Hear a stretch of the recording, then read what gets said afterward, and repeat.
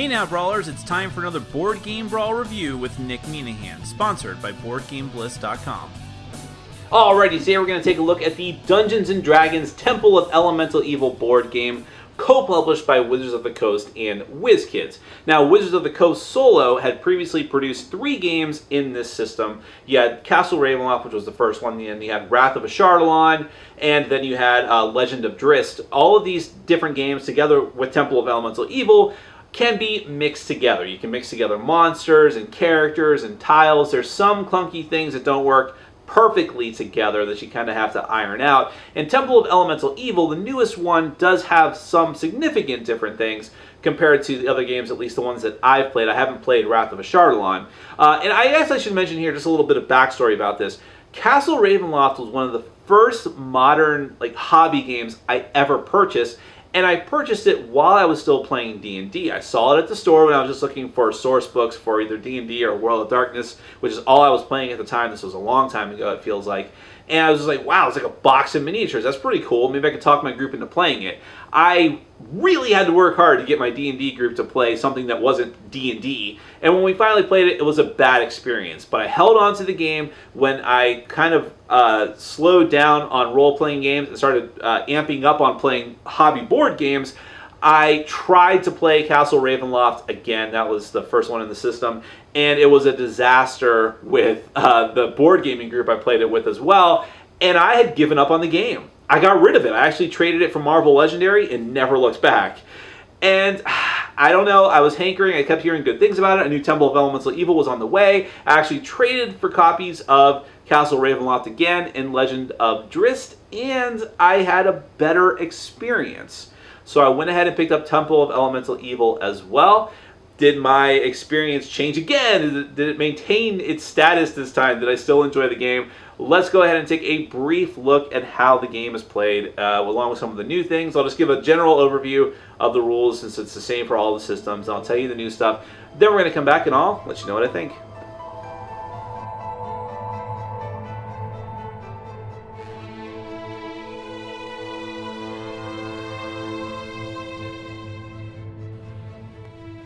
Alright, I'm just going to give you a quick run through of Temple of Elemental Evil. A lot of the rules are the same as for the Castle Ravenloft game, the Wrath of Ashardalon game, and the Legend of Drizzt game, but some things are different. So I'll just give you a quick rundown here.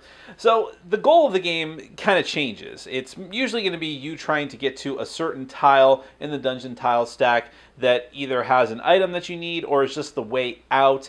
The game comes with a campaign book that has a number of different adventures that you can choose from. You can go in order. The game kind of encourages you to go in order, but each one will tell you how you have to set up the board, what you start off with, any kind of special conditions, items that you start off with, things you need to find, allies, and so on. Now, one difference with, out here I have the start tile, then you have the dungeon tile stack. These are a bunch of randomized tiles. Sometimes you'll have to set them up in a certain way, but what's interesting is that the Temple of Elemental Evil comes with different elemental tiles, but also comes with a new town tiles, which I don't believe was in any of the other ones. And certain scenarios will require you to actually have an adventure on these town tiles as well, which will actually, in most cases, require you to use villagers that you're going to have to put out on the board, in addition to any other monsters that you have to fight. So just getting back to the basic rules of the D&D Adventure Path systems, each player is going to have their own character, and you have your own little heavy cardboard character tile here. On one side you have first level, and then you have second level. Now, in order to get to second level, well, I'll get back to that in a minute. It's a little bit different than the other games, but you'll have some of your stats. If you're familiar with at least 4th edition Dungeons & Dragons and 3rd edition to a degree, then you're halfway there. There's a lot of the things are exactly the same. You have AC. This is the number that monsters have to roll to meet or beat in order to hit you with their attacks, and monsters will have this number as well. Your hit points is how much damage you can take before you are down and that you are out and incapacitated. If anyone dies in the game permanently, then you all have lost. Now, you can stave that off because each game you'll start off with 2 of these healing surge tokens, which someone can spend at the start of their turn. They're kind of like they belong to the group, and you can recharge up to your surge value in hit points, and then you get back up. But if you have no surge values, no surge tokens, or any other way to heal, and you die, you're dead. When it comes back around to your turn, the game is over. The other stat here is your speed. This is how many spaces you get to move out on the tiles. Now, it'll tell you your special ability. So for this ranger here, you have a favorite enemy, which is when you hit a monster that you control with an attack, you deal +1 damage. Control is because each player basically takes charge of monsters just as far as sort of like, it's just paperwork. You're just trying to, you just have to keep track of what they're doing and who they attack and how they move and what their actions are. Then you have different powers cards that you're going to start off with. Those are what I have down here on the table already. You'll have a couple of at-will powers everyone will start off with. These will tell you what you can do with your attacks. So you have an attack value. This is what you have to roll on a d20. The game comes with 1 d20. It should really come with 5 of them. And it has how much damage you'll deal with the attack, which is usually 1. If you roll a 20 on the die, then you actually do a crit and deal an extra damage as well. And they'll have special conditions. So the scimitars let you attack potentially 2 different monsters, whereas the longbow lets you attack from multiple tiles away. Not just spaces, but tiles. Then every player gets to choose a 1 daily power, which is an immensely powerful attack that you can only use once daily. When you've used it, you flip it over to indicate that, and you have different ones you can choose from. Some special items will let you recharge your attacks, but for the ranger here, she gets +8 to an attack with her bow and can deal 4 damage, but even on a miss does 2 damage. And then you also get to choose utility powers, of which you'll get 2 of them in the normal starting campaign, but these also are only one-time use, much like the daily powers, before they go away. For instance, Natural Explorer lets you choose one of these 2 things: either remove a trap from your hero's tile, or you can move your hero up to his or her speed and then move through spaces containing monsters. Whereas the Hunter's Mark lets you gain advantage, choose a monster, and everyone else adjacent to that monster gains advantage. And there are lots of different types of cards, and there's different heroes that you can start off with in the game. The game goes up to 5 players. You have Aleros, the human fighter. You have Nemestra, the sun elf wizard, and you have Rat Shadow, the halfling rogue, and Barrowin, the golden dwarf cleric. And I actually have all of their miniatures out here on the board right now. Now, the other thing that I have out on the board is another, I believe it's new to this game, although I haven't played Wrath of Ashardalon, but these are trap tokens. Now, out on the board, actually I'll show you with one of these tiles. The tiles may potentially have these little red squares here. If that's the case, then you have to put these trap tokens out. And the trap tokens are randomized. Some of them do nothing to you, but some of them deal damage. Sometimes a lot of damage. This one actually deals 4 damage to you. So that's one new thing in this game that you may have to worry about, that you'll have to populate with. So this is the starting tile. A lot of the different scenarios are going to use this, and I had to start off populating it with these trap tokens. Now, the easiest way to explain this game is, and all the little details, is just to go through the sequence of play. So every player is going to have 3 different phases that they have to do on their turn, and then you're going to go in order. You'll decide who's going to go first. Every player will go, and it keeps going back around. The first thing you do is the hero phase. This is where you actually get to take your actions with your own particular hero. The first thing that you can do is move, and you can choose to move, and you choose to move and take an action, and you can move before or after you take your action. Now, with your action, you have a number of different things you can do. You can move again, which is just you move your speed, and you can move diagonals in this game. You can make an attack. You can disable a trap, which to disable a trap, you have to be adjacent to it, and you basically just roll the d20, and if it's 11 through 20, you've disabled it, and it's gone. If it's less than that, if it's 1 through 10, you set it off, and you take the damage. If you just step onto it, you set it off as well, so that's certainly an option that you can do. After that, it gets to the exploration phase. Now, let's say that I had gotten rid of this trap one way or the other. I either set it off or one way or the other, or I actually successfully disabled it, and I actually will end my movement on one of these unexplored edges. If there's an unexplored edge, if there's a tile that doesn't have a tile next to it, then that's an unexplored edge. If I end my move next to an unexplored edge, then during the exploration phase, I'm going to grab a new tile off the top of the stack and place it down so it interlocks. Now, when I do that, I have to make sure that the arrow that's printed on the tile is facing the where I am, where the old tile is that I'm coming from. Now, there's several different pieces of things to note on the dungeon tiles. Sometimes there's special terrain and altars and things like that, but the most common things you're going to see, I already showed you the trap icons. You'll see these little monster icons. Now, these, I believe, are also new to the set, and these are just little indicators as to where you should put monsters that may randomly spawn out. You're also going to notice these, which are new to Temple of Elemental Evil, which are element symbols. There's 4 different types of symbols for the 4 elements: air, earth, fire, and water. And these usually do nothing unless an encounter card or monster special ability says otherwise. Then it can become very important where these are in relation to your characters. But for now, let's say that this is the tile that was drawn in this particular example. Now, if you did explore a new tile, then you have to populate it with a monster. You're going to draw a monster card off the top of the deck, and you are going to put it out onto the board. Let's say that I drew the Gnoll Archer. Then I'd have to put him out here, and each monster has its own stat card, which you'll have to look at. And the same as the hero stat cards, like I said before, some of the numbers are what you're looking for are the same. So like there's the AC. They usually have very few hit points, 2 or in most cases actually 1.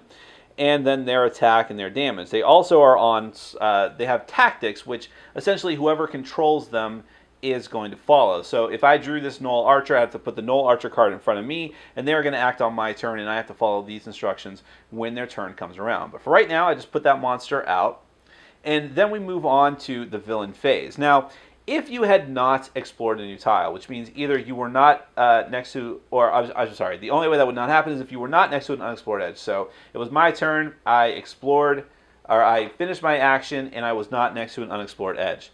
Or if I drew a tile and the tile happened to have a black arrow on it instead of a white arrow, well, then I have to draw an exploration card. So either when I haven't explored a new tile or when that tile has a black arrow, I have to draw an encounter card.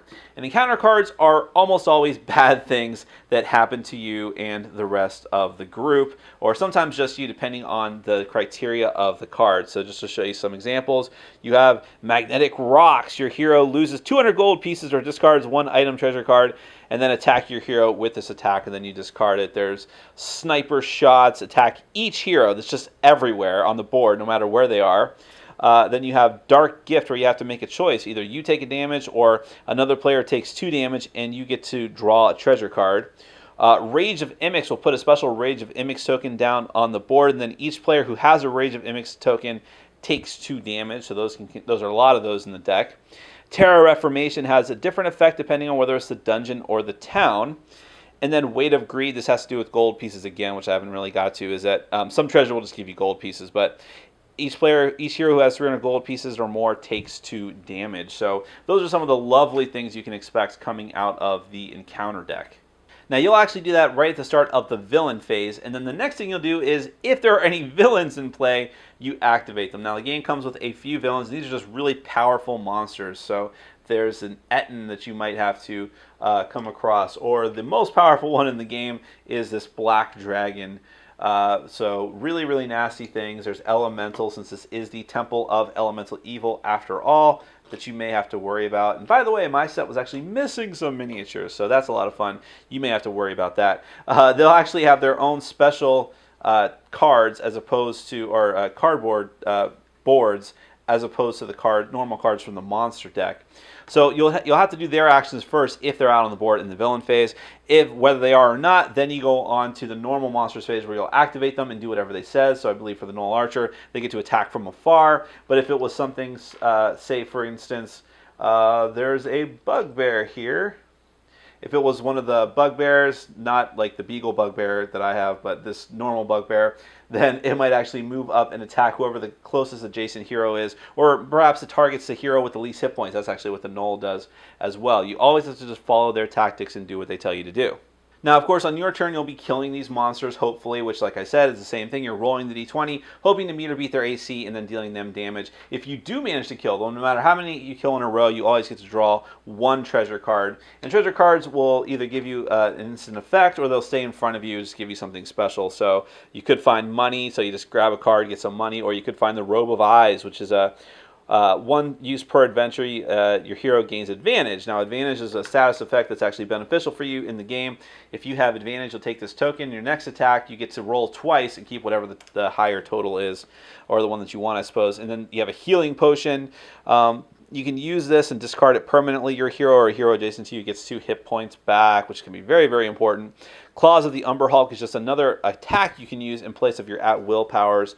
And then there's an example of one of the gold cards, Pouch of Copper. You just grab this, discard it, get 100 gold pieces. I should also mention that there are advanced cards in the game, because as you progress through the game, there's an aftermath to every adventure where it might tell you to put bad or good cards, shuffle them into each of the decks depending on how you performed during the adventure. So you start off without the advanced cards, and then the decks get progressively either more difficult or a little bit better as you go through the campaign, depending on how well you're doing. In between adventures, you can also go back to town. And town being sort of, in the ephemeral sense, is not really a board that you will actually put your characters out onto, but this is your chance to rest up. You can swap out your powers if you want. You can trade items with other players. You can spend 1,000 gold pieces that you've acquired to level up, which is something that in the old game you'd actually use monsters' experience points. The monsters that you've killed actually have experience points on them, and in previous adventure games you'd use those to level up, but now you're actually just using gold to level up. You level up to level 2, flip over your counter, you get a little bit better with all of your stats, and then you're like that for the rest of the game. And by the way, now if you get 5 experience points in the party pool, you can actually use them to cancel negative encounter cards if you want, which is kind of a neat thing as well. You can also, during the town escapades between adventures, you can buy these special upgrade tokens. You'll pay the amount of gold that it requires, and you'll get a token that you can use once per adventure, which can be a pretty neat thing. And that's pretty much it. That's a really quick and dirty run through of the Temple of Elemental Evil. All the different scenarios are different, so what you can do and what you're supposed to do to win them is always going to be different. And you can mix and match these with the other adventure game sets and decide whether you want to use these new rules or not. So that's basically it. Let's go ahead and get to my final thoughts. First off, theme-wise, this is Dungeons & Dragons in a box. Very, very simplified. You're not going to have a deep, immersive role-playing experience here, but you can put as much role-playing as you want into it, I suppose, and it's still very cool that you're going on these different missions, and there's little blurbs of text in the adventure book that you can read, so it's certainly on the, at least the higher end of thematic experiences compared to a lot of other board games that I played, so I do appreciate it for that, but you do need to be aware that if you are coming from a D&D background, and you're like, oh, maybe something a little bit simpler we can play in between games, it's not that. It's just similar to the Pathfinder Adventure card game. It has a little bit of a taste of that role-playing experience, but in a much simpler form. As far as the components go, it's really, really great. I love the miniatures. The tiles are good. The artwork is good. Even though WizKids is co-publishing it now, they still managed to keep the quality high. I wish the box looked the same as the other boxes because it would look better on the shelf, but I knew they did that because they're trying to make this more like more in line with the graphic design of 5th edition D&D, even though this has nothing to do with 5th edition other than the advantage and combat disadvantage. But a couple little minor things about the components I would complain about. First off, just like with the other games, it's ridiculous that there's only one 20-sided die. They are not that expensive. Throw 5 of them in the box, okay? Even 3 of them if you play with less players, but something so that you're not constantly passing around one 20-sided die, which is the only die you need for the game. 5 of them would have been fantastic. Also, my copy was missing miniatures, and when I looked online, this happened to a few people as well, and it seemed to be different ones that were missing from the copy. This is more of a manufacturing defect. It doesn't reflect on the game itself, but it is significant and something that you should know about. I will say this in general, though, even if you have little interest in playing the adventure game or any of the adventure games that have come out for the D&D board games, if you play role-playing games, and you play in a role-playing game that's fantasy-based, either D&D or Pathfinder or Lamentations of the Flame Princess, and you actually use a battle map. Not every group does, but if you use a battle map, you have to move miniatures around.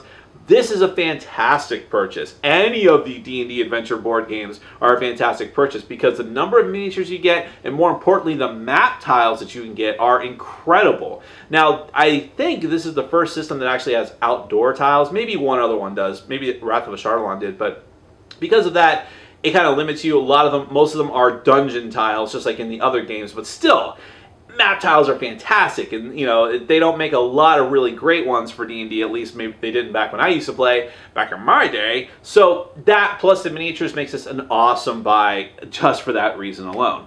So going on to the gameplay. Now I mentioned in my intro that I previously had very bad experiences with this game that made me get rid of it. And I'll tell you what those negative things are right now. And Temple of Elemental Evil is essentially the same game as the other ones. It feels a little bit different in some instances, but it's still the same game, so this applies here as well. First and foremost, it is very simple. It really is. It's not just streamlined D&D, it's like streamlined for any board game. Once you take out all the role-playing game, the role-playing from Dungeons & Dragons, and then this is like a couple of notches down at least from Descent. The Descent board game, which I also have called D&D in a box before, but that's even more close to D&D in a box. This is a couple down from that. This is just really a cooperative board game with a fantasy theme, and that simplicity and that randomness as well, as far as what cards come out and now while you do on a single die roll, that can be very, very brutal, and it can be very frustrating for people. And I think that a lot of that was coming out the first few times that I played this years ago. But also, it's very, very difficult. Or at least I should say it can be very, very difficult. That goes back to the randomness. So you could have games that are fine, but you can also have games that are completely crushing. And you're not rolling well. Monsters are coming out. They are rolling well. Things get really, really bad. And if one character dies, you are done. And because of that, the game can feel a bit overwhelming and just kind of like, too simple, too frustrating. But revisiting it after a long time and playing even more difficult cooperative games, I had a much better experience with it. And I think that a lot of that has to do with the fact that I've come to appreciate having different players with different powers and a bevy of different monsters and variety to fight. I like the fact that there's a randomized dungeon. I like the fact that every player feels different and has a different role. Maybe it's not as distinct as an actual role-playing game, but you do feel like you're contributing in your own personal way. And I actually like the changes that were made in Temple of Elemental Evil. The traps are give or take. They're more of an annoyance than anything. But while I thought I would be upset at not being able to level up in the traditional way, the truth is, in the old games, it was very unlikely you were going to level up to begin with. You had to have enough experience points, I think it used to be 5 or maybe it was 10, and you would have to roll a 20 on your turn. And then you would be able, if those two conditions are met, then you can level up, which is very unlikely. You'd have to play a lot for that to happen with everyone. And if it happens for 1 or 2 people, great, but if the other players' characters don't level up, they kind of feel left out. Well, now, if everyone is gathering enough money, which you can do at a pretty easy clip in this game, then you can just spend the money and level up when you're outside of the adventure and you're in the town area. This is similar to Shadows of Brimstone, although Shadows of Brimstone's town event is way more fleshed out. This is much simpler, but I think it's better for it. Even though Shadows of Brimstone's town events are much more interesting, this one keeps things moving along and keeps it on the same level as the rest of the game. And being able to buy the upgrade tokens or just to swap cards or swap out powers means that the game has even more variety and keeps things a little more fresh. So I like that. I like the new monsters. I like being able to cancel the encounter cards with the XP cards from the monsters now. There's just a lot of neat things in this set, and a lot of I was thinking what I would tell you to start with if you like this game. A lot of that comes down to flavor. Do you like Drizzt? Go with the Drizzt set. That seems to be the one that most people are like the most. But if you like the horror setting, go with Castle Ravenloft. But Temple of Elemental Evil has some of the best rule sets, maybe not the best miniatures or the best theme. Together with it, still feels kind of generic, even though there's elementals all around. But it's still a great one if you just want to get your feet wet, if you want to try the newest one and see what they did with it. Overall, I have a much better reaction to it. I can appreciate its simplicity. I can appreciate the difficulty that it provides. It's really fun to coordinate with each other and move things around, and everyone controls their own monsters. Sort of. You're still just reading off their tactics cards, but deciding how to use your different powers in tandem with one another and just trying to get to these different objectives with little bits of story blurb. It all works together pretty well, and I'm sorry that I stayed away from it for so long. I wish I'd given it another chance earlier, and I'll probably delve back into mixing all the sets together and maybe do another video at some point telling you how that works. But for now, it's a little bit pricey, and it's not a perfect game. It's not like the best cooperative game by far, But for sheer component quality, the things that you get in the box, and for just a sense of adventure, if you're not able to play the actual D&D role-playing game, this might be a good substitute for you, where you can bridge the gap between board games and role-playing games. That is the Dungeons & Dragons Temple of Elemental Evil board game from Wizards of the Coast and WizKids. Thanks for watching. Follow us on Facebook, Twitter, and Patreon. And make sure to check out our sponsor, Board Game Bliss, where you can find an amazing selection of games from around the world. BoardGameBliss.com. Thanks for your support.